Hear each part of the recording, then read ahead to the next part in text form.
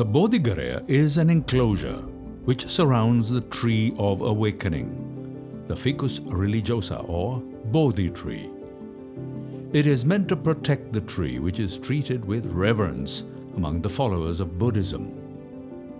The Bodhi tree is an important part of Buddhist iconography, and the tree is recognized by its distinct heart-shaped leaves.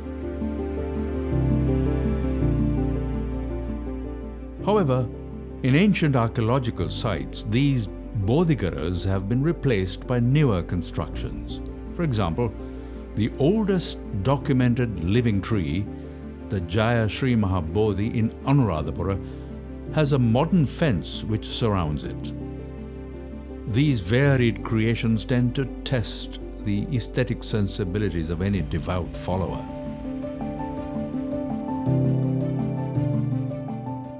To see the grandeur and excellence of a perfect Bodhigara created by ancient artisans working with stone, one has to journey to the middle of the country, to the town of Galgamur.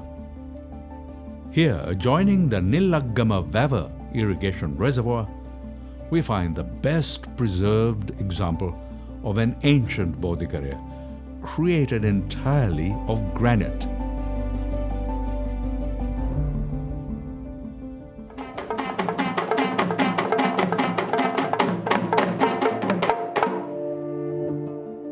In the hinterland of the north-central area, ensconced by a verdant, tree-lined avenue and facing the Nillakgama Vava, we find the remains of a compound which has the best preserved Bodhigara in the island. The site is dated between the time 9th and 10th centuries CE.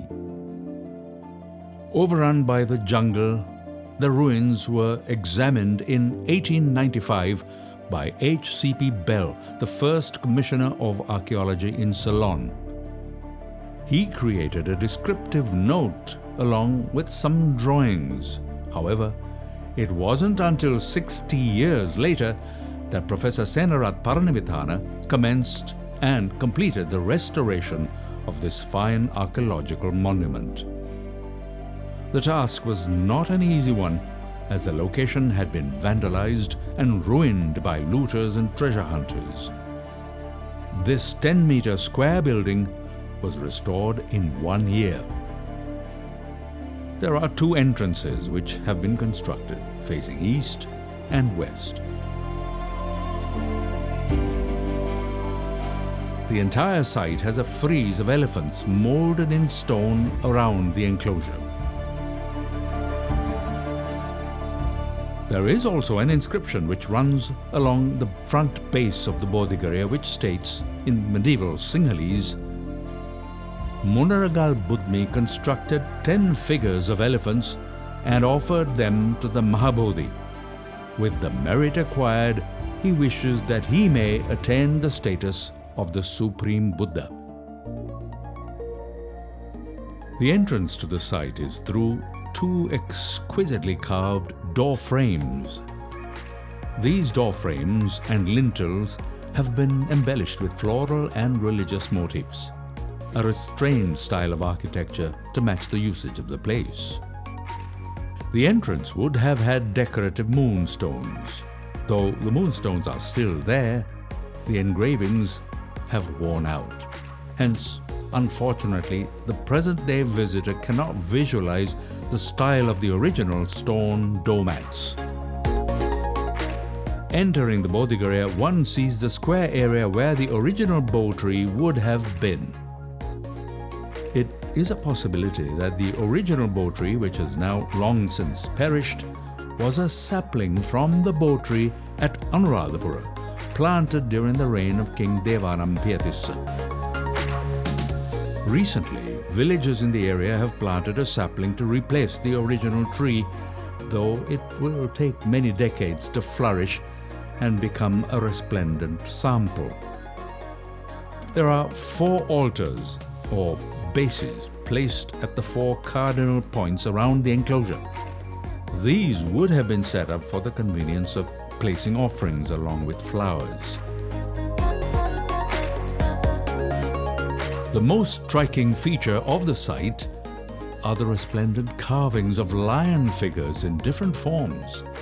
These carvings are very distinct, though not garish, and add a regal touch to the stone structure.